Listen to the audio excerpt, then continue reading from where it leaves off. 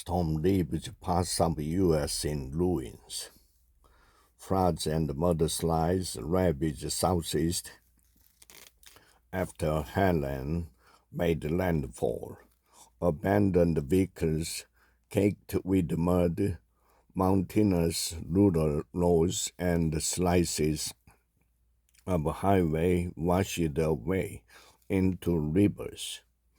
Parking lots filled with people desperately searching for cell phone service, trying to tell relatives and friends they were okay, or wanting to find out who was not.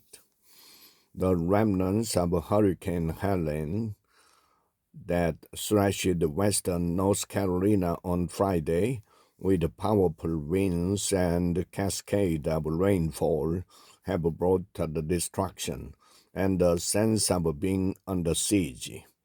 More than 100 people have been confirmed dead across the six states: Florida, Georgia, North Carolina, South Carolina, Tennessee, and Virginia. North Carolina accounted for at least 38 of those deaths. Power was knocked out as far north as Cincinnati.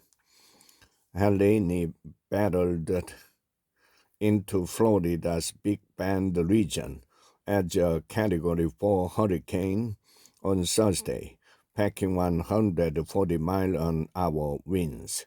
Fueled by very warm ocean temperatures, the storm was the strongest ever to strike the region, a marshy and sparsely populated area.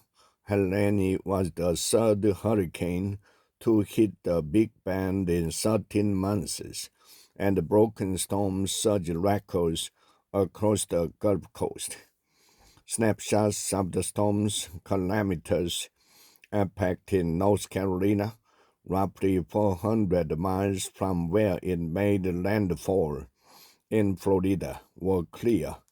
People chainsawed their way to loved ones and drove for hours on dwindling gas at the tanks in search of food and power. Also unnerving was the silence in the aftermath of the storm because of a lack of cell phone service, especially in the Asheville, North Carolina, a rapidly growing city that draws legions of outdoors enthusiasts who cherish its hilly and tree-covered landscape and relaxed, archy vibe. Many people congregated in the few pockets of the city where a bar of service could be detected. Christie, 52, had tried to flee Asheville on Friday for Charleston, South Carolina, but standstill traffic and side roads blocked by landslide made her and her husband turn back to downtown Asheville, where a crowd looking for cell service had gathered at the fire station. They left again through a different route that night, but their car was running out of fuel, and few gas stations had power or were open.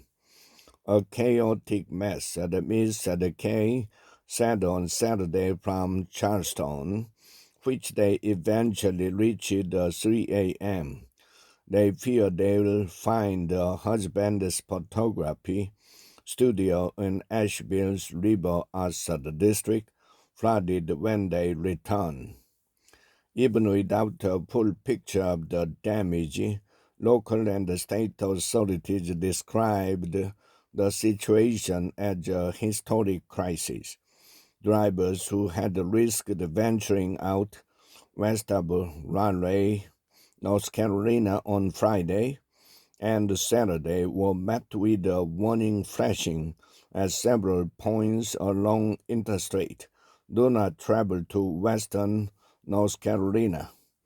We are in the midst of the most significant natural disaster in our community, said a manager of Buncombe County, which included Asheville. Cell towers and Wi-Fi were knocked out. Many roads were blocked, and some residents had no access to water, she said.